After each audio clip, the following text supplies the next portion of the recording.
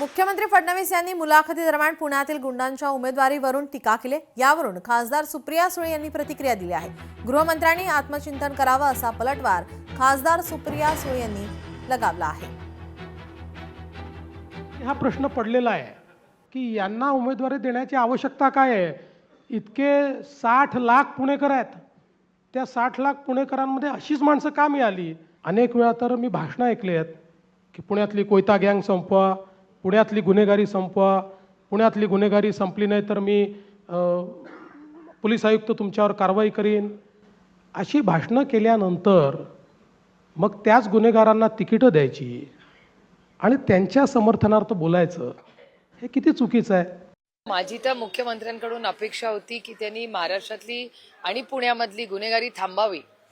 मग का ती गुन्हेगारी थांबत नाहीये पुण्यात? कोयता गँग का शांत बसत नाही? आणि पुण्यातला क्राईम हा काय आजचा नाहीये। पुण्यातला क्राईम गेले यांचं सरकार आल्यापासून वाढलाय आणि हा डेटा माझा नाहीये, हा भारत सरकारचा डेटा आहे। त्यांचाच सरकारचाच डेटा सांगतो की पुण्यात क्राईम वाढलेला आहे। त्याच्यामुळे खरं आत्मचिंतन हे महाराष्ट्र सरकार आणि गृह मंत्रालयाने करायला पाहिजे। आगामी निवडणुकीच्या पार्श्वभूमीवर आमदार अबू आझमी हे रविवारी प्रथमच शहरामध्ये पक्षाच्या उमेदवारांच्या प्रचारासाठी दाखल झाले होते। शांतीनगर येथील KGN चौक येथे भिवंडी पूर्व भागातील उमेदवारांच्या प्रचारासाठी आयोजित सभेत अबू आझमी यांनी आमदार रईस शेख आणि काँग्रेसवर तोफ डागत पक्षाला विजयी करण्याचं आवाहन केलंय।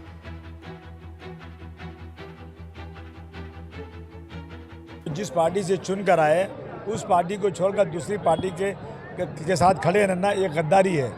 और इसके बाद आजकल एक रवाज हो गया है कि पैसे कमाने के लिए दलाली करके लोग दूसरी पार्टी में जाते हैं। लेकिन होना ये चाहिए कि अगर किसी पार्टी में जाना है मर्द की तरह हो, रिज़ाइन करो, जहाँ जाना हो जाओ आज़ादी के साथ। लेकिन रिज़ाइन भी नहीं कर रहे हैं और दूसरी पार्टी में जा रहे हैं। पूरे खजाने की चाबी दे दिया और वो आदमी चोरी कर ले तो रास्ता क्या है, उस पर एक्शन लेंगे। नहीं, मैंने तो बोला ना गद्दारी है, तो क्या कह सकता हूँ।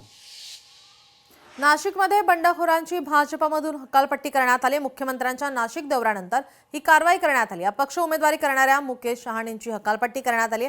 मुकेश शहाणेंची 6 वर्षांसाठी पक्षातून हकालपट्टी करण्यात आली।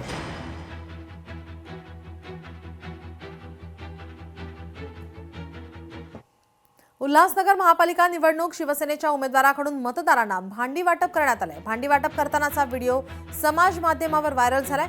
आचारसंहितेचं उल्लंघन केल्यास कायदेशीर कारवाई केली जाणार आहे।